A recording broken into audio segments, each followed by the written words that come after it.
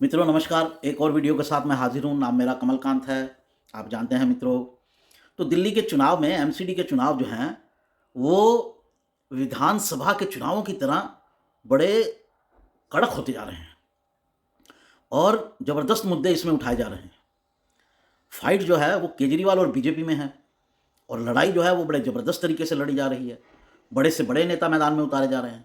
केजरीवाल जी उतरे हुए हैं तो बीजेपी के भी बड़े नेता उतरे हुए हैं।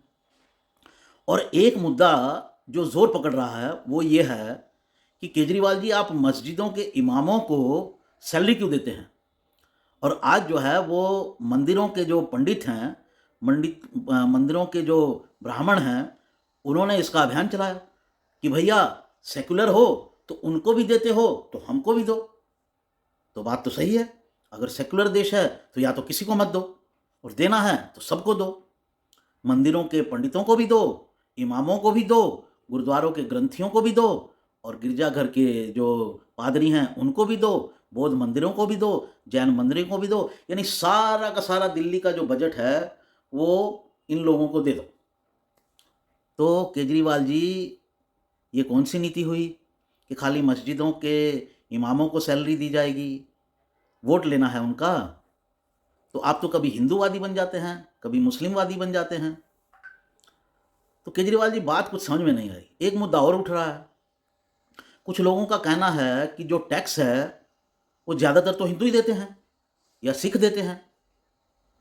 तो टैक्स ये लोग देते हैं, आरोप है, और आप बंदर बांट जो करते हो वो इमामों में करते हो। वहाँ से तो टैक्स ही बहुत कम आता है उस समुदाय से। तो ये क्या खेल चल रहा है? तो केजरीवाल जी इसमें फंस गए हैं।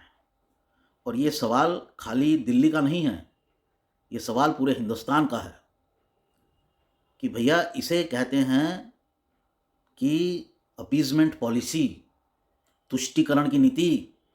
वोट के लिए आप क्यों देंगे भाई? वो कम्युनिटी देखेगी ना, अपने इमामों को कैसे सैलरी देनी है, मस्जिद के इमामों को कैसे सैलरी देनी है, उसका रख रखाव वो कम्युनिटी करेगी।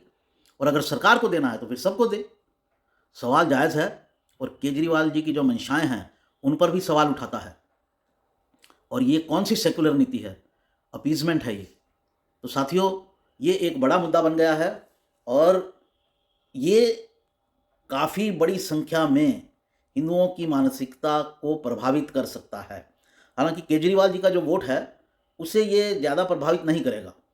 केजरीवाल जी का जो वोट है वो लोअर मिडिल क्लास का है, तो वहाँ पर जो मुफ्तखोरी है वो चलती है।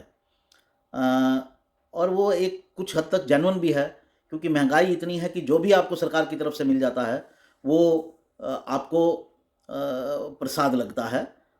और इमामों को सैलरी की वजह से इमाम जो है वो मुस्लिम वोटर को भी कुछ प्रभावित कर लेते हैं, तो वो भी वोट मिल जाता है। तो देखते हैं इसका कितना चुनावों में असर होता है, लेकिन ये मुद्दा तो बन गया है एमसीडी के चुनाव में। साथियों, मैं उम्मीद करता हूँ कि मेरा ये एपिसोड आपको पसंद आया होगा।